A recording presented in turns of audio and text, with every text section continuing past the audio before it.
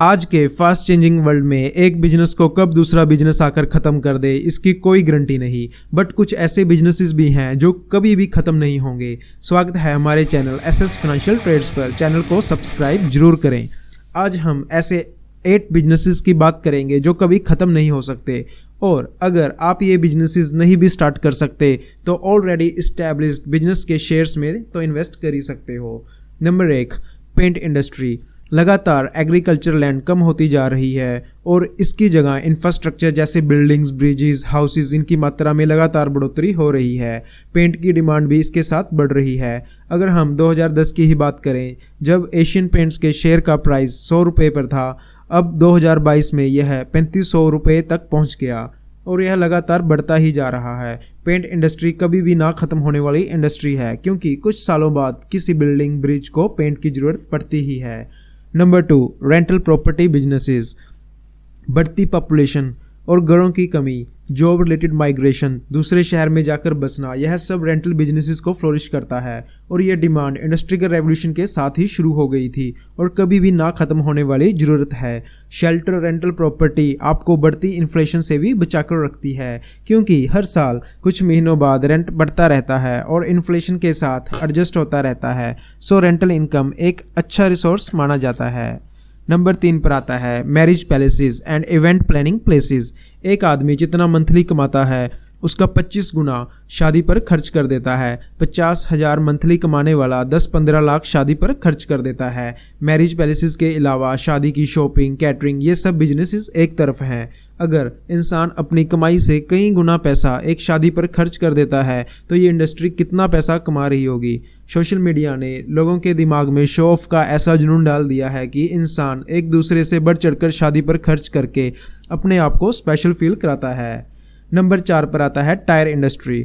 Diesel, petrol cars कुछ भी बंद हो जाए, इलेक्ट्रिक कार्स को चलना तो टायर्स पर ही है।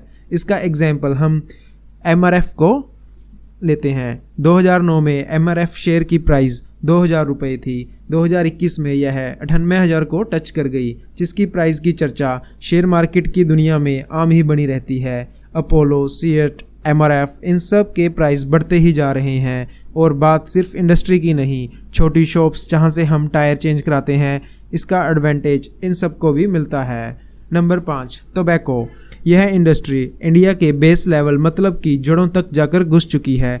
इन कंपनीज ने निचले लेवल्स तक डिस्ट्रीब्यूशन को स्ट्रॉन्ग करने के लिए काफ़ी पैसा खर्च किया और अब इनकी मदद कर रहा है सोशल मीडिया, जो कि सिगरेट, तंबाकू को as a show off represent करके अडल्ट्स को इन्फ्लुएंस कर रही है।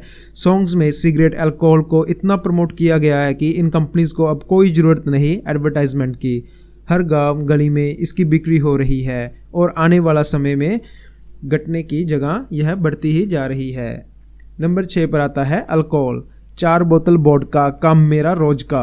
अल्कोहल इंडस्ट्री तो पैसा कमा ही रही है, उसके साथ ही जिसके पास दारू के ठेके हैं वो भी खूब अर्निंग कर रहे हैं।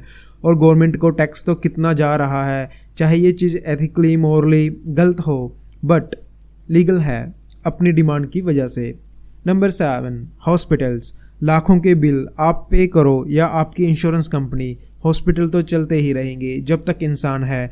बिगड़ती हवा, बढ़ता पोल्यूशन, मिलावटी खाना और चेंजिंग लाइफस्टाइल, यह सब हॉस्पिटल इंडस्ट्री को बढ़ावा दे रहा है।